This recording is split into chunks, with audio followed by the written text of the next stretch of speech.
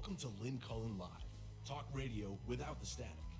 Email your questions and comments to lynn@pghcitypaper.com. And now your host, Lynn Cullen. Hey, hi, welcome to a Monday. I don't know how to pronounce, what's the spice called? Turmeric or turmeric?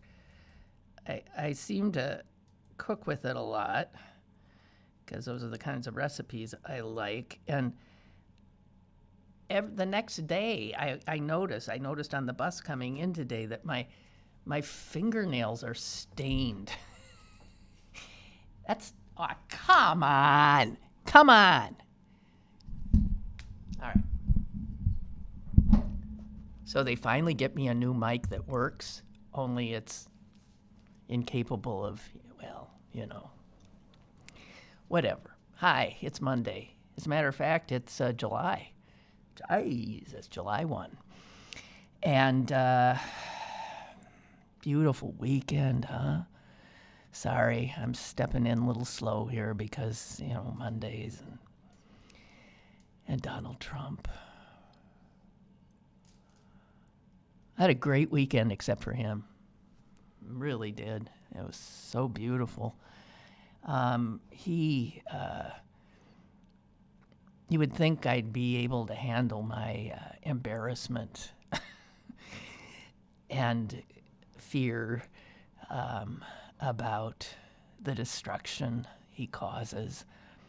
I just can't get over the pictures, the palsy-walsying with the worst of the worst, while our allies, avoid him and he them. And then what is with it with Ivanka? We have hardly any confirmed heads of agencies now. We have all these acting people who last for a week or two, and then there's new acting people, and I'm sure we're running out of people in those pipelines. And his White House staff is disappearing and replaced by worse and worse and worse people, and to the point you do get the impression now that just about the only person that has his ear is his daughter. And how, think of it. She holds no position in our government, really, except being the president's daughter. And to see her in such, upstaging the Secretary of State, we look like a laughing stock. We really do.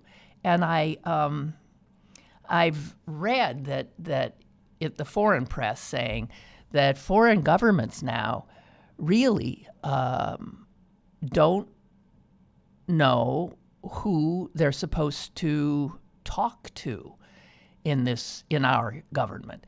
That it is clear that the usual traditional people one would talk to, a foreign minister of some sort, the Secretary of State, a diplomat, that those people are not the people to talk to. And it's quite clear that if you want to get somewhere with this administration, you have to curry favor with the Trumps.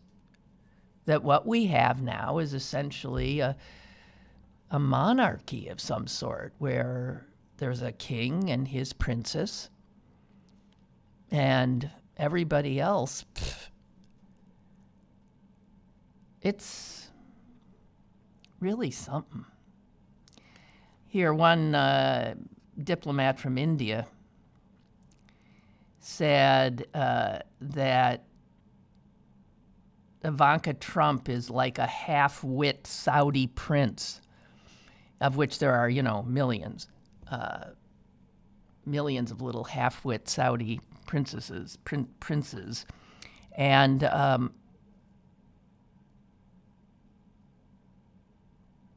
here's what he's not named, but he told the editor-in-chief of the Hindustan Times We regard Ivanka Trump the way we do any half-wit Saudi prince. It's in our national interest to flatter them.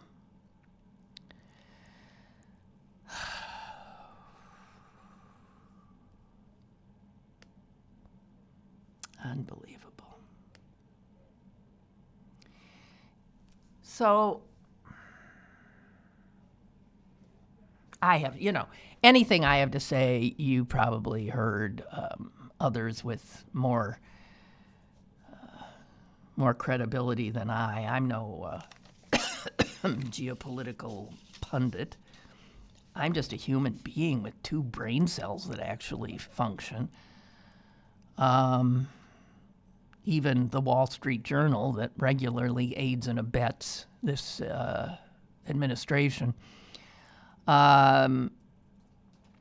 noted with some concern that Trump seems most comfortable with the very people that every other head of state avoids, be it Kim Jong-un, be it the Saudi prince. Both of these guys, murderers. I have, where is it? Here. Trump gave a rare endorsement to Saudi Crown Prince Mohammed bin Salman, who was shunned by most leaders at the Group of 20 summit. Over breakfast on Saturday, Mr. Trump called the Crown Prince a friend of mine and said he's done a spectacular job. This is the murderous, and I'm not just talking about Khashoggi. Our CIA said, did it not, that it concluded that the prince personally ordered the killing of that journalist. And Trump, of course, disregards his own intelligence.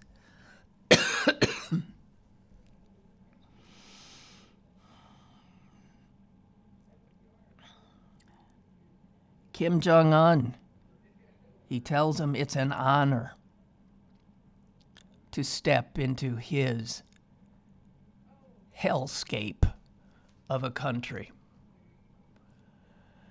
And he announces that they've gotten their negotiators are going to start back up again. Boy, you sure wouldn't want to be negotiating for Kim, because it is suspected that the last chief negotiator, the last go-around, is dead. He certainly hasn't been seen. He somehow disappeared shortly after the mucked-up summit in Hanoi. Was it Hanoi? I can't remember. Who the hell can keep up with this crap? And then Trump is asked, I guess Putin,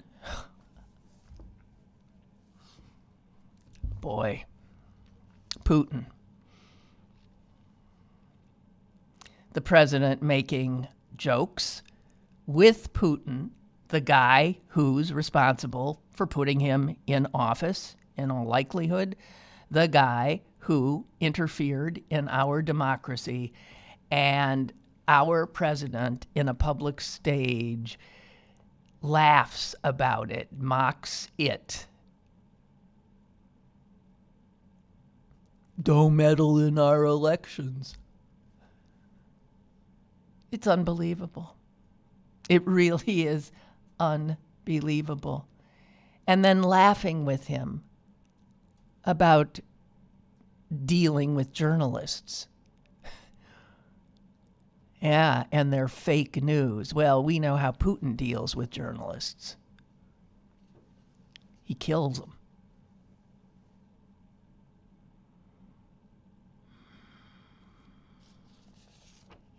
And then Putin said something about liberal democracy having seen its day. And obviously the triumph of authoritarian government is what he is heralding, and frankly, we are seeing at an alarming clip. And Trump was asked about that. And this might have been the most cringe-inducing moment to my mind. Even beats Trump being honored to be in a country that no other respectable head of state would deign to step foot in. And he was asked about Putin saying that it's pretty much the end times for liberal democracy. And Trump's response was something about, yeah, well, you know, he probably can see what's happening in Los Angeles. He can see what's happening in San Francisco.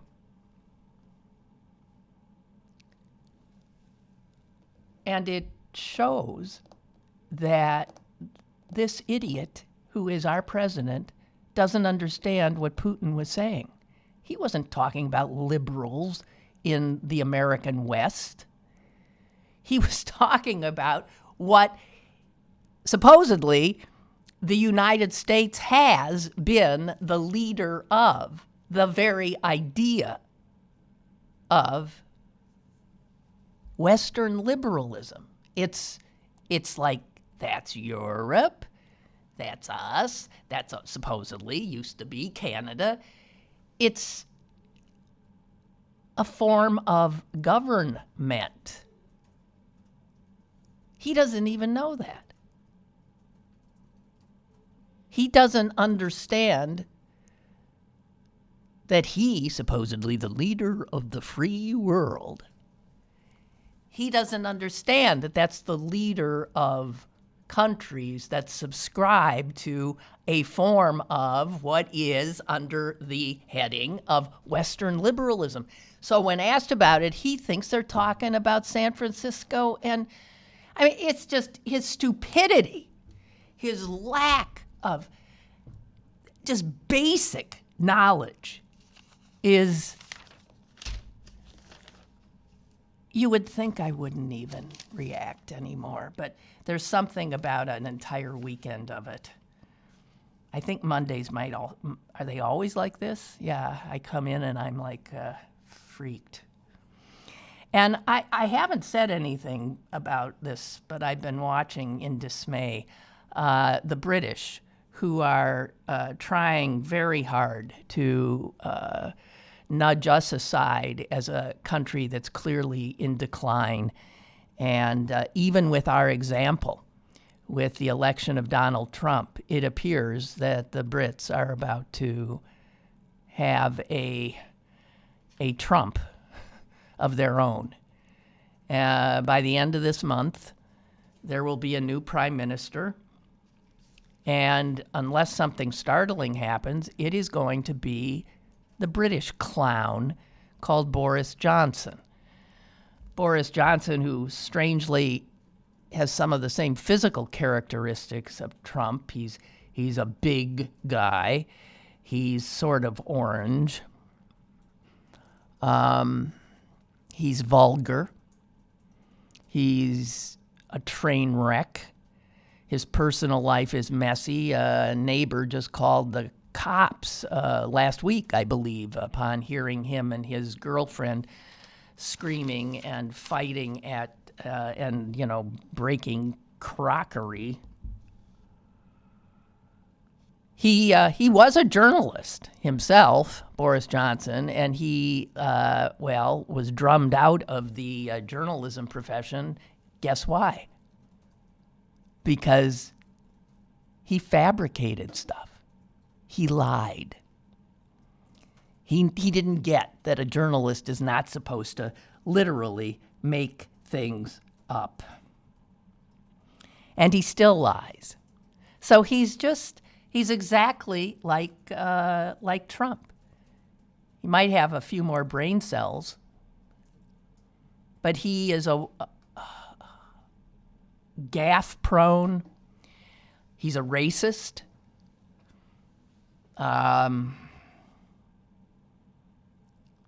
He has called Africans pickaninnies, and then he never apologizes for anything. You remember when he said that Obama was against Brexit, I believe, because he had an ancestral dislike of British colonialism because his father was a Kenyan.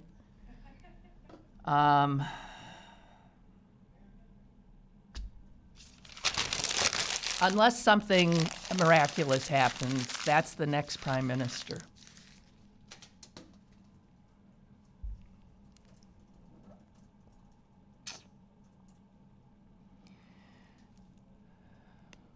Oh, and this came across my my view, and this is a quote by Tucker Carlson about Trump going to North Korea and making excuses for the murderous regime of Kim Jong-un. And here is what Tucker Carlson said with a totally straight face to the Fox News audience.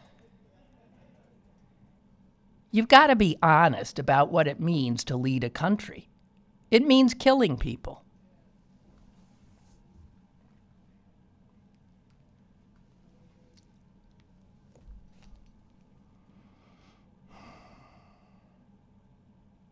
Boy, that's a far cry from Walter Cronkite, isn't it? Come on, you got to be honest about what it means to lead a country. It means killing people. A lot of countries, he went on, committed atrocities, including our allies.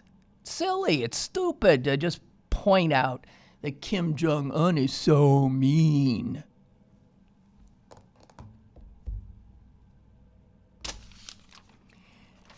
The extraordinary ability of people to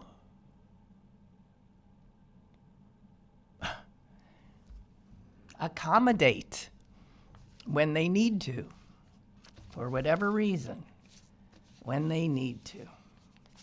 God. All right, we need something. Bring in the puppies. I got to tell you, we need something nice. Puppies. This was in the Wall Street Journal sometime I don't know, since last I saw you, and I didn't know this. But, you know, cats and dogs aren't supposed to get along, which is bull. But cheetahs, which is a cat, a large cat to be sure, cheetahs in the feline kingdom are apparently the most sort of skittish, fearful, uncomfortable. They have social anxiety. They're less self-possessed than, I guess, leopards. They just have that. Or, you know what, they don't like being in a zoo. And this has to do with the incarcerated cheetahs. And it's been known for some time that if you get a little baby cheetah and you get a little puppy, and so they'll live about the same amount of time.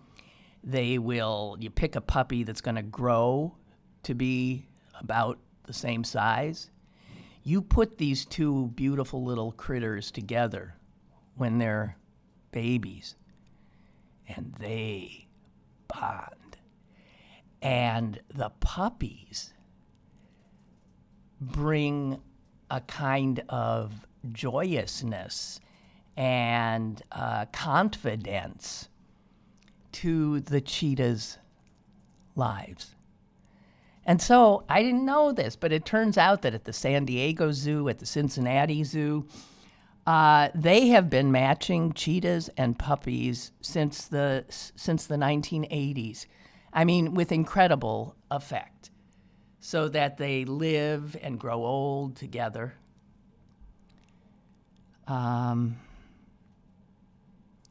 It says here that the dogs can show cheetahs what is and isn't a threat. In other words, the dog knows that, oh, that's not anything you have to be worried about. And the cheetah, seeing the sort of easygoingness of its puppy pal, also then has a better time of it in his or her incarcerated state. I mean, there's I guess a pair at the Dallas Zoo, a cheetah and a black lab that have been together since they were both 6 weeks old. And it's now 6 years, and they are inseparable. So I didn't know that, but there's these pictures of, the puppies and the little kit together rolling around, but then the full-grown, glorious cheetah and a happy-go-lucky Labrador with a squeaky toy in its mouth and tail wagging, and the cat intrigued, interested, playful, trusting.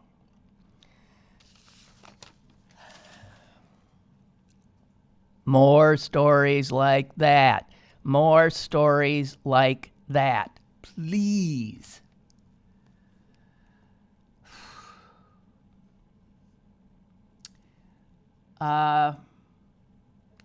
This one I actually couldn't believe for a long time. This can't be true. It can't be true. You know all the videos now that we're seeing about what happens to a black person, usually black men, when they are just simply living. And so it's resulted in, we've known before of driving while black, but now, walking while black, who knows, sitting on a bench while black, selling lemonade while black, going home, trying to get into your own house while black. And now, those of us who aren't black have seen so much damning evidence of this reality of being black in a racist nation. And I don't know if you saw the latest video. It took place in a town called Freeport, Illinois, I think. And this is a guy, his name is Shaquille Dukes. He was in the hospital because he has double pneumonia, and he also is an asthmatic. And if you're an asthmatic and you get pneumonia, that is potentially, very, very serious stuff. So he was hooked up to a, IV thingamajig. And apparently his doctor told him, listen, you got to keep moving. Why don't you just walk around the hospital? Now, my suspicion is the doctor meant walk around the corridors of the hospital. But Shaquille Dukes thought he meant go outside and walk around the hospital, which is okay too, get some fresh air. So he had 2 visitors with him, and the 3 of them, all black men, went out of the hospital. Shaquille hooked up, had the IV, and the bag hanging from the pole, had on his lovely hospital gown, and they went walking in the front of the hospital outdoors. And at some point when they were trying to go back in, a security guard, I hope I'm getting these facts right, a security guard at the hospital stopped him and apparently accused him of something. The extraordinary thing is, I believe the accusation was that he was stealing the IV apparatus. Words were exchanged. The police were called. And now you've got a security guard and at least 2 cops. And let's just put it this way. Before this is over, the cops have pulled the IV out of this hospitalized man's arm and have handcuffed him and thrown him in the back of their police car and took his inhaler away. And he began having, he had a seizure or an asthma attack. He blacked out, who knows what. They ran him into the ER.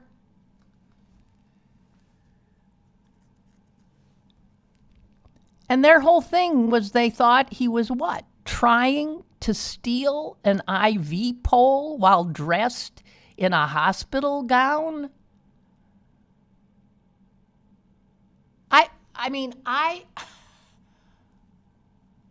They could have killed him. They removed the meds that he was getting. They handcuffed him. They put him under stress that resulted in him having an attack. They could have. Cops know all different ways to kill people because their racism is so just mind-bogglingly front and center.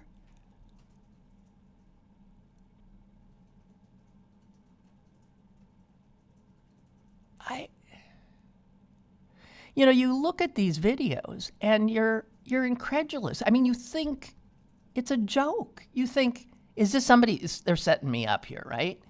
This is like a skit. This is just, No.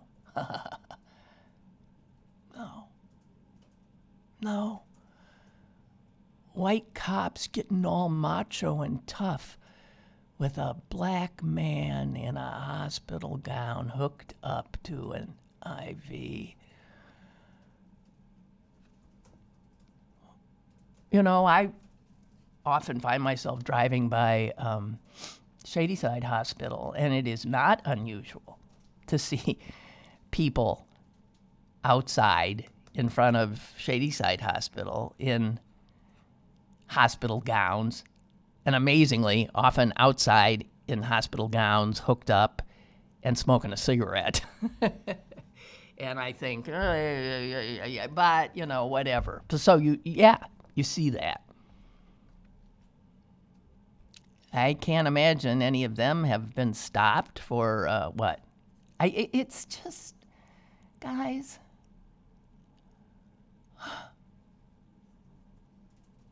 Unbelievable. Just unbelievable. Okay. Something interesting that David D'Angelo of Two Political Junkies, that's a blog, and I recommend it, Two Political Junkies, sent me. He wrote a piece over the weekend, and it's about how women in the 1800s and in the early 1900s, how they tried to control their reproductive health. There were advertisements in newspapers that women understood what was being sold. They were pills that would cause abortion. Who knows how many of these things worked, how dangerous they were, but they clearly were. And newspapers regularly carried these ads.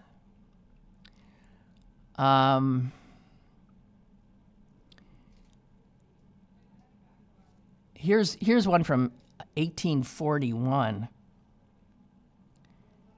1841, it's from a New York newspaper. The headline is Female Monthly Pills. And the text, I mean, if we were to read the text, we wouldn't know what the hell they're talking about. But women knew.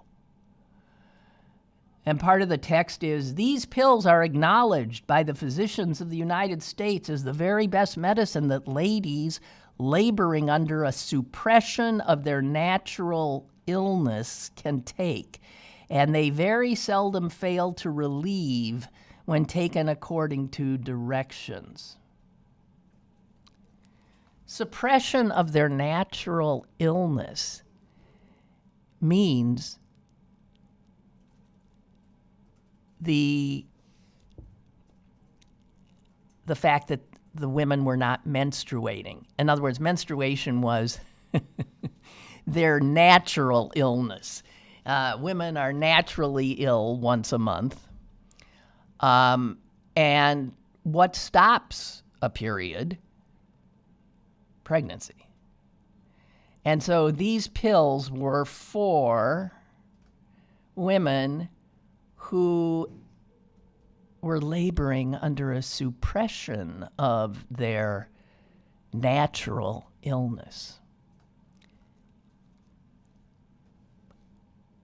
They're pregnant. Here's another one, another ad. This is for Madame Costello. Suppression, irregularity, obstruction, etc., by whatever case produced can be removed by Madame C in a very short time. And then later in the ad, it says, those who wish to be treated for obstruction of their monthly period. In other words, those who want to be treated for being pregnant. So whatever they were selling, who knows if they worked, they were selling potions and pills so that a woman could abort a pregnancy. And they were sold in papers all over the place. They were sold as periodic pills, so on and so forth.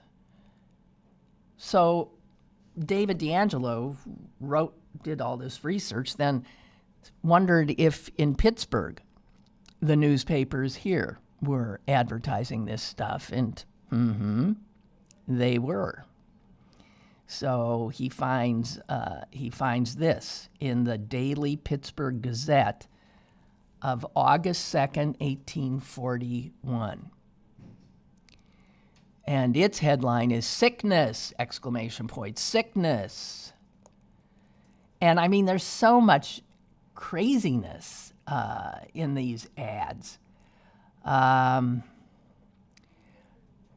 Those who have been obtaining the medicines formerly sold at 41 and 19th Street, St. Clair Street in Pittsburgh, for dyspepsia, liver complaints, pain in the side, breast and back, bilious and all other fevers, and all diseases of the nerves, stomachs, and bowels.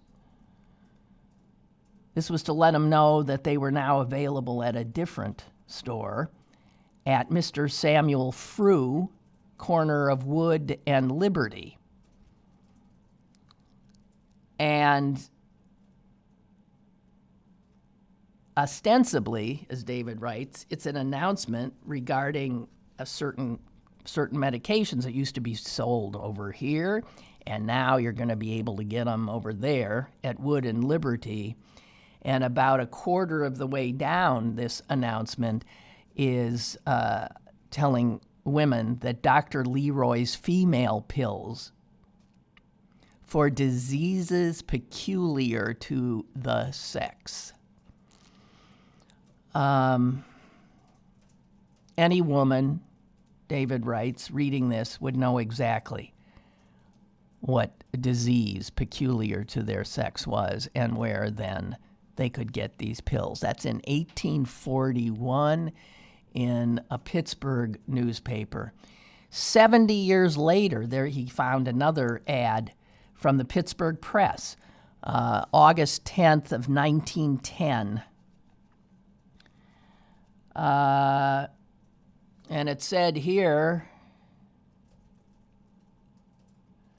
Dr. Martell's female pills, 17 years the standard, prescribed and recommended for women's ailments, a scientifically prepared remedy of proven worth. The result from their use is quick and permanent. For sale at all drugstores of the May Drug Company. 7 stores in Pittsburgh. And on and on. And then there's just flat out a recipe for a potion that is printed in 1912 in the Pittsburgh Press. It's a recipe for a regulator for women. And looking at the recipe, it's clearly a recipe to end a pregnancy. Now, David ends this way. I am not a doctor or expert in biochemistry. I have no idea whether any of these remedies actually work or even if they're safe. Given that 19th century America was drenched in snake oil cures for many maladies, known or imagined, it would not be wrong to think that some of these cures are hokum, perhaps even dangerous hokum. But that doesn't matter. What matters is that women in the early 19th century here in Pittsburgh believed, and there was obviously a market for it or people wouldn't be paying to put ads in the paper. Pittsburgh believed that taking these periodic pills would end an unwanted pregnancy. And they were willing to take the pills and end those pregnancies. As he says, women have found ways forever, for centuries, legislating that termination of pregnancy is illegal is not going to change a thing. It'll just make more women die.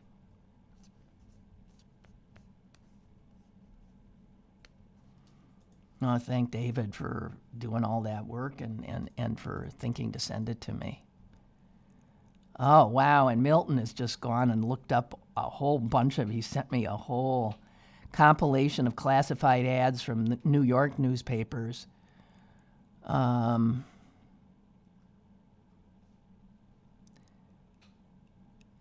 the use of euphemism. Sexually transmitted infections are private diseases. Pregnancy is a disease peculiar to females.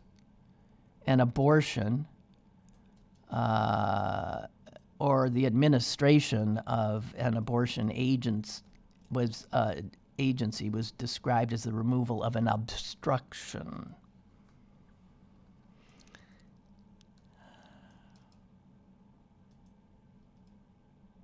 There were all these people who just made tons of money. A woman named Madame Restel had all kinds of stuff, monthly pills, preventive powders, surgical abortion. A boarding house she had that could accommodate women who needed a private place to give birth. And then we have here that first trimester abortion itself was not illegal until the late 19th century.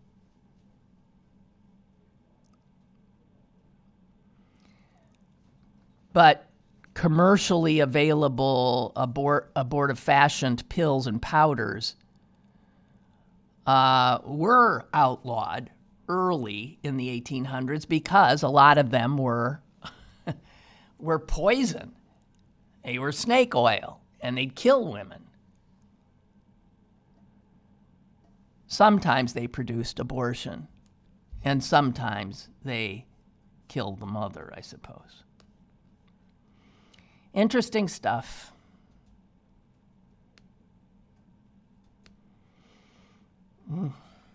Hey, I'm still back on space because I just love this thing that I've told you this before, that the New York Times does when on, I think once a month, they do this for children, for young people. They put a whole section together of news and lets kids have their say about things.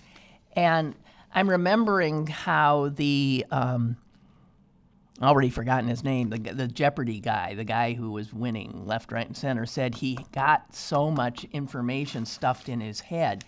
And he said he did it by reading, going to the children's section in the library, because everything is presented there in a very accessible way. I mean, it's fact, but it's accessible. There's pictures, visuals, things that help you, commit it to memory. And so here's just a few other little factoids that I got reading this, which I found interesting. Do you know why the moon looks bigger when it's low in the sky? When you see a moon like rising, and it just looks huge. There's a story I know in our family that we still laugh at.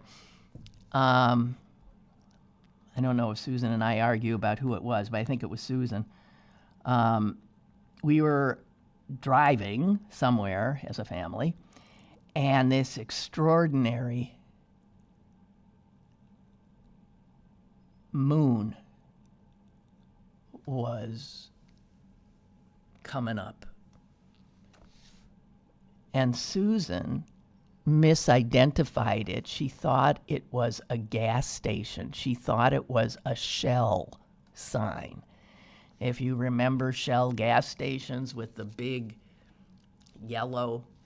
And the fact that Susan looked at the moon and saw a Shell sign was something that we didn't let her forget for years, for decades. But why? Why does the moon look that large? And then as it ascends, appears to get smaller and smaller. It can't be true that it's all of a sudden large and getting smaller. So what is going on? Excuse me. So what is going on? I know some of you smarty pants know. Dang it. Anybody know what to do with a flaccid mic? Son of a bitch. Here. Damn it. All right, this has to get fixed. This is driving me nuts. Okay. Here's what it says, and I have to admit that this is very disappointing. It says here, it's just an optical illusion. And they're not really quite sure of how to explain it, but nobody's quite sure, it says, why this optical illusion happens. But one theory is that the moon simply looks bigger when it's close to the horizon because your brain is comparing it with the surroundings with like puny earth objects like trees or buildings in front of it. So I was surprised. I thought it might have something to do with atmospherics or something. So that, I'm just saying, passing it on. And then we were talking before about that iconic photo of the footprint on the moon left by, we always assumed, Neil Armstrong. It wasn't his. It was Buzz Aldrin, who mostly did the camera work, and he took a photo of his. All of the footprints on the moon are still there. Even though the moon's surface is like this very, very fine, granular, like sand, but even finer, like powder almost, I believe Armstrong said. Those impressions have never, they're there. That's it. And if you ever wondered how's that pie wouldn't last 2 seconds here, and it's because, just in case you're as stupid as me, it's because there is no wind. There is no, let me see exactly what they say. There's no wind.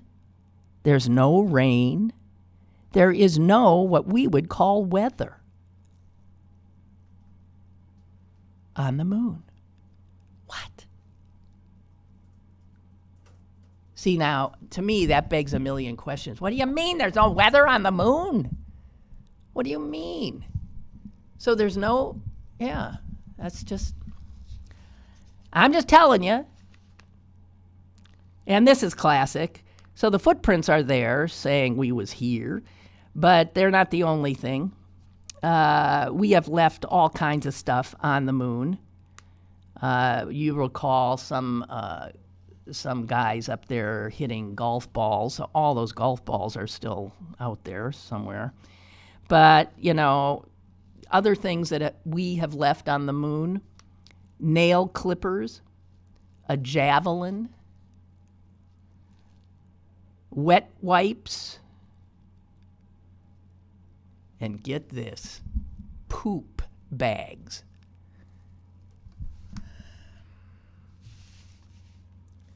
Yeah, humans were here. Look what we left. Look what we left. Shit. That's what we left. And then the remains of all the rovers and equipment that we didn't have any use for anymore. So you just leave it there. So wherever we go, we pollute. Junk. And the other thing I found fascinating is, along with there being no rain, no wind, no weather, there's really no sound. There is a silence on the moon that would probably freak most people out. And that's true also with most of space, because there are no air molecules to carry sound waves. I mean, you're doing this thing, you can clap your hands together, but there's,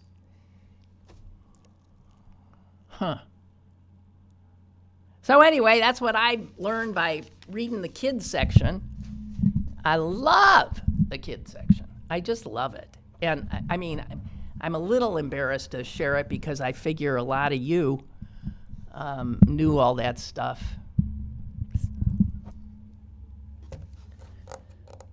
I mean, you know,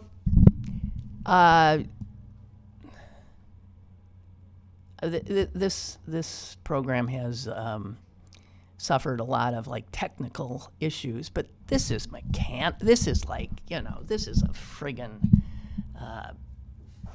mechanical thing I shouldn't have to be dealing with. Okay, I think I think we got it, right?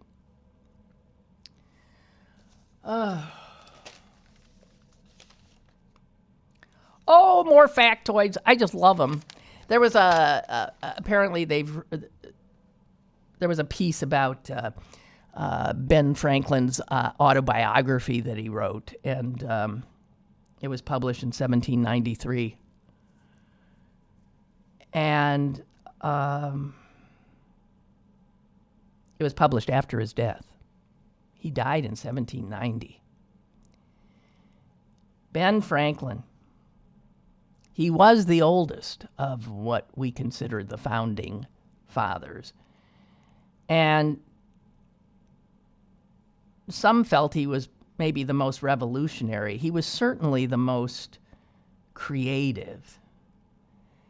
And, you know, he served the country in so many ways. And he was pretty up in years, you know, to travel across the ocean, to be our ambassador in France, in England.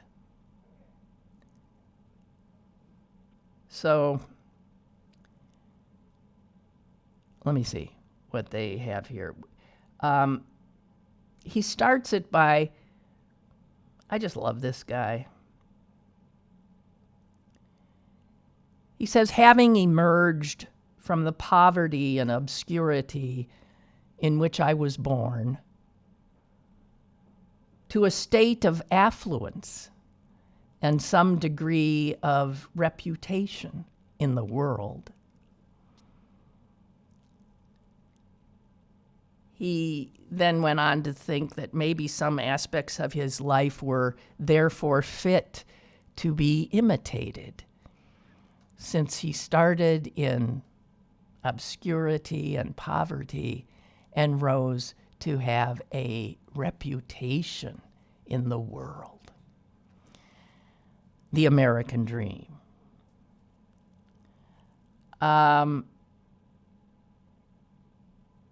they point out that it was Franklin and Jefferson that were the two founding fathers who just were ardent in their belief that there was not going to be able to be a sustained democracy if there were not a literate and educated citizenry.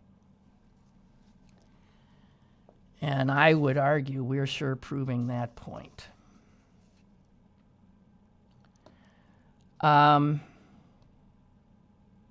You know, whenever anything like got in his way in some way, he invented something to get around it. I mean, the bifocals, he did the first bifocals, and he did it because when he was ambassador in Paris, he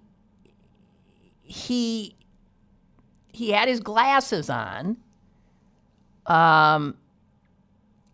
and his glasses allowed him, he had two sets of glasses.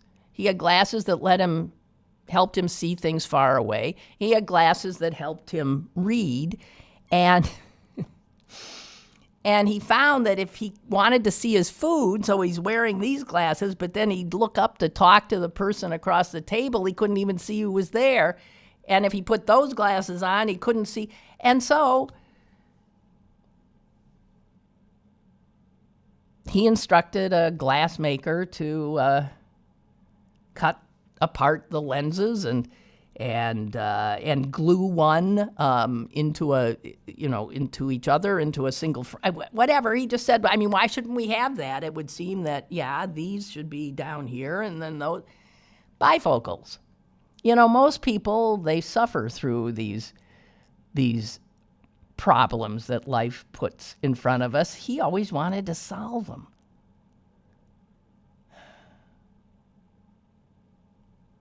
And he said, I understand French better by the help of my spectacles. I mean, think of all this stuff this guy did.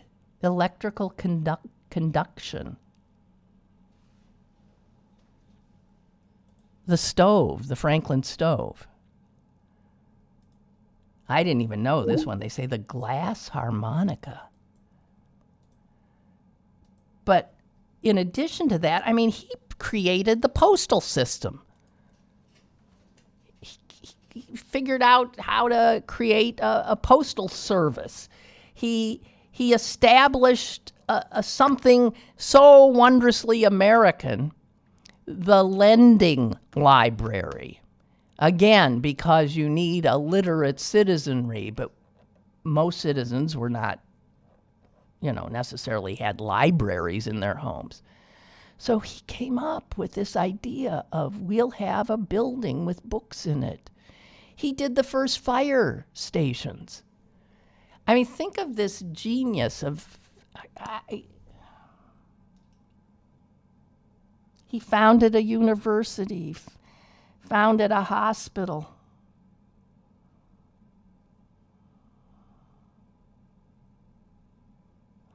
And the other interesting thing is when he wrote his autobiography, he only brought it up to the age of 41.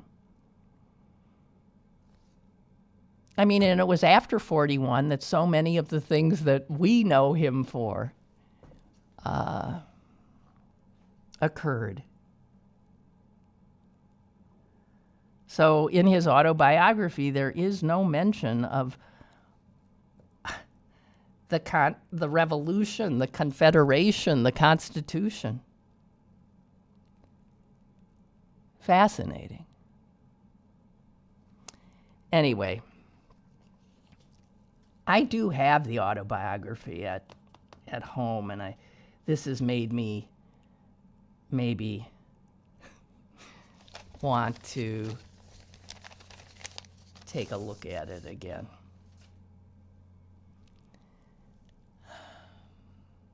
So,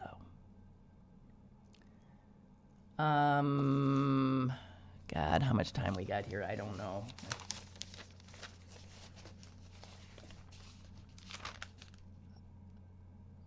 A quickie about insects. We don't have time. I mean, people, well, I just love this. We see insects largely as a nuisance, right? They buzz around, they fly, we want to kill them all the time. We want them eradicated all the time. Well, I just want to share one thing with you. The truth, and this is Harvard biologist E.O. Wilson in 1987. The truth is that we need invertebrates. We need them. They don't need us. If invertebrates were to disappear, I doubt that the human species could live more than a few months. So,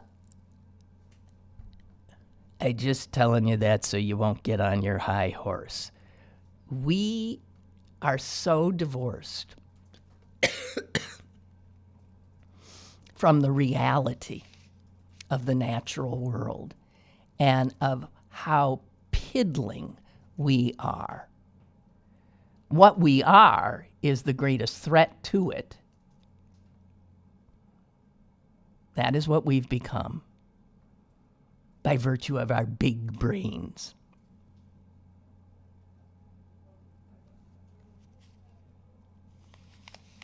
Bugs have survived forever despite 479 million years. That's their track record. Way here long before us, and they'll be here long after us. But this is a piece about how they're struggling now too, because of us. They're struggling now too. Nearly a third of all insects are threatened by extinction.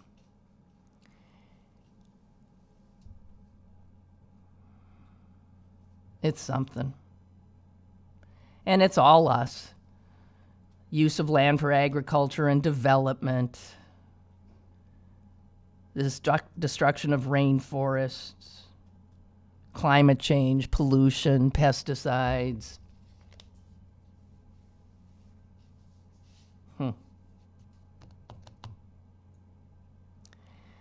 So I just got to tell you, without insects, there'll be no birds.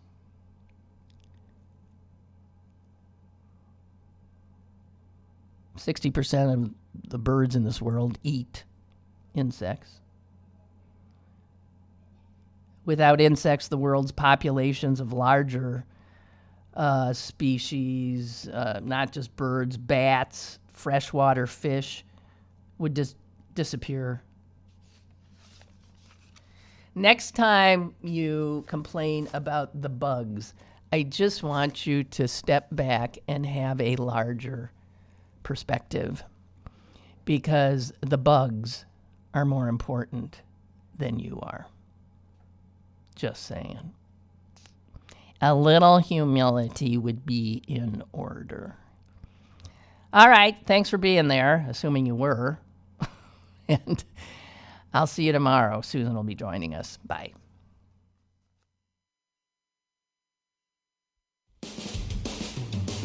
Lynn Cullen Live, Monday through Friday from 10 a.m. to 11 a.m. and archived at pghcitypaper.com. The opinions expressed on Lynn Cullen Live are those of the host and do not necessarily reflect the viewpoints of Pittsburgh City Paper or its advertisers.